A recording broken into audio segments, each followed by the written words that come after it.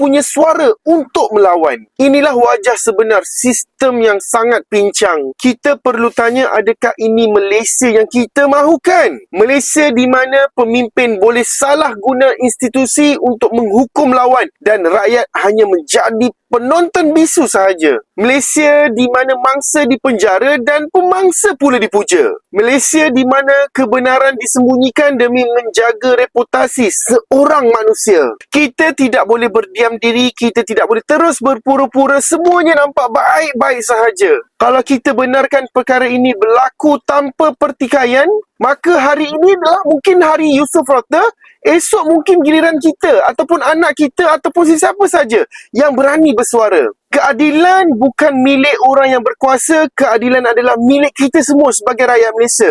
Dan selagi keadilan masih belum ditegakkan, selagi itu kita terus bersoal, terus bersuara dan terus melawan.